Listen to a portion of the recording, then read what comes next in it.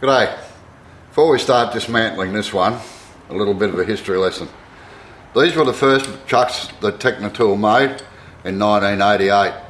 Now, as you can see, there was no stops on the jaws at all, and they could come right out.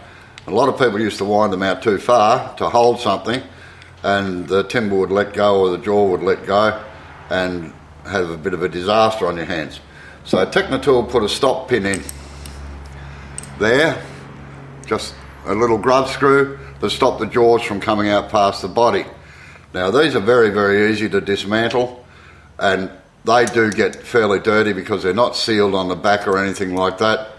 You just undo this circlip here and then slide that off there and it comes apart. However, this is the one that most people use these days, so we'll deal with it. Now the first thing is, I've taken the insert out. You can leave the insert in the Teknatool, but it's very hard balancing on the end here while you're trying to do other things around the front. So take that out. The most important thing is to take the grub screw right out of the body, because it interferes with taking this cover off here. So we'll remove that, just pick it up with the end of the thing and put it on the magnet so as it can't go anywhere. Put safety glasses on, because there's not much depth here with the circlip on the Teknatool, and that can fly, and if it flies into your eye, look out. So put our pliers in, put the cloth over the top to stop the circlip from flying like it did just then. Now had those pliers not been there and the cloth, it could well have got me in the eye. So put that on the magnet. Using a screwdriver, just lift this cover up till you can just get your fingers under it and take it out. Now the first difference between the Teknatool and the Vicmark is the way the pinions are held in.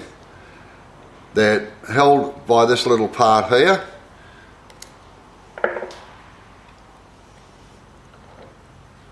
Just slides into there like that. That stops the pinions from coming out through the body. The Vicmark has two dowel pins in there. So we'll remove the pinions. This one's all been nicely freshly greased. And take, come out. Like I said, this one's just been freshly greased. I'll whack a pinion back in there and wind it in shut.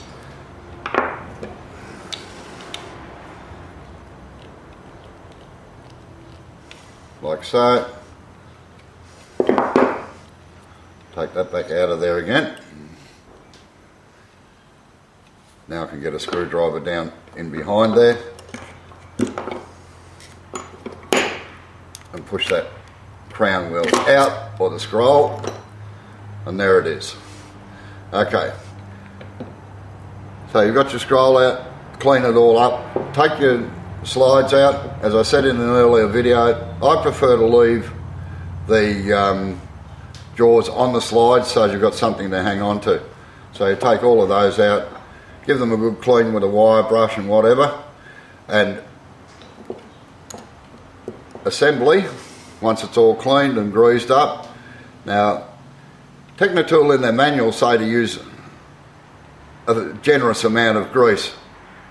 Sometimes you can put too much in, so just be aware that you know, you don't want to put too much in.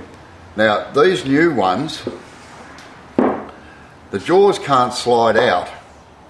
They don't have a stop pin on the outside. The way that it's done is that there's no machining on this lower part here.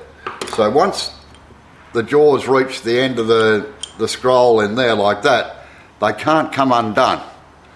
So you must dismantle these chucks to get them apart. There's no pulling out stop pins and just taking the jaws out. You've got to take them apart to get them clean. So we'll whack it back together again now. Now, I didn't show you, but normally I centre pop number one. It's just force of habit. I put a centre pop mark in the body there so that number one goes back in there. And you'll remember that with the slides on the Teknatool, that they go clockwise in their numbering. So if I slide number one, Geez, it'd have to be the last one I picked up, wouldn't it? Right, there's number 1. Slip him in. Number 3 goes opposite. Number 2 off to the right. And number 4 off to the left. Now again, wipe some of this grease off my hands here. Rubber band. Slip it over the jaws there. Now if you just got the slides, just put a couple of screws in, and on one screw on each one so as it pulls up together. Turn it over, sit it on its face. Now get the scroll, make sure you put it down the right way and slip it in.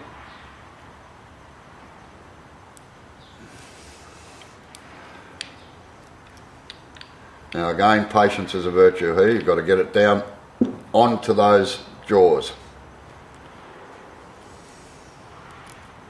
So you just rotate it round. That's got it.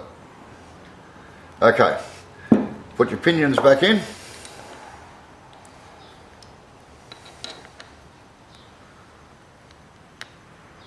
And again, before you put the cover or anything on, check that the jaws are actually functioning properly,